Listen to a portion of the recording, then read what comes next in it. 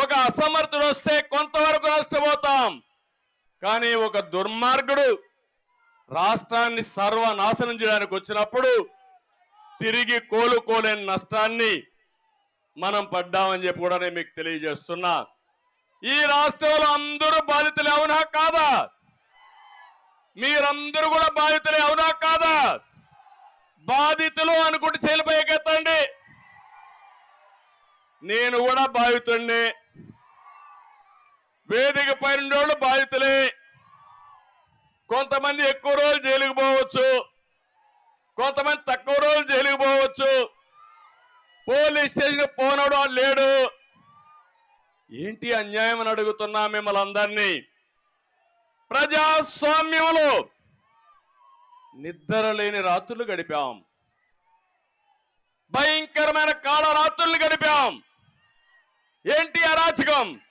ఈ అరాచక పాలనకు చమర గీతం పాడాలా లేదా అని మిమ్మల్ని అడుగుతున్నా. పాడాలి అనుకున్న వాళ్ళు గట్టిగా చెప్పండి, కూడా చెప్పండి.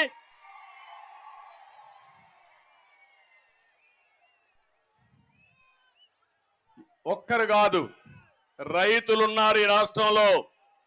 వ్యవసాయ శాఖనే మూసేశారు. హార్టికల్చర్ రైతు రోడ్డున పడ్డాడు, ధాన్యం రైతు దగాబడ్డాడు. తమ్ముళ్ళు, జగన్ రికార్డులు ఏంటో తెలుసా? ఆంధ్రప్రదేశ్ రైతు అప్పుల్లో భారతదేశంలో నెంబర్ 1 స్థానం. కౌలు రైతులు ఆత్మహత్యల్లో దేశంలో 2వ స్థానం. రైతు ఆత్మహత్యల్లో 3వ స్థానం. అన్ని కూడా 1, 2, 3 మన దగ్గరనే ఉన్నాయి. నేను అడుగుతున్నా, ఈరోజు ధాన్యం కొనేవాడు ఎవరన్నా ఉన్నారా అని అడుగుతున్నా మిమ్మల్ని. డ్రిప్ ఇరిగేషన్ సబ్సిడీ వస్తున్నాయని అడుగుతున్నా. మద్దతు ధర ఇస్తున్నారని అడుగుతున్నా.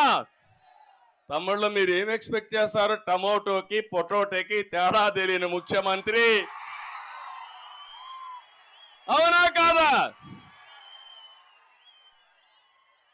వ్యవసాయం చేస్తాడా? తెలుసా వ్యవసాయం?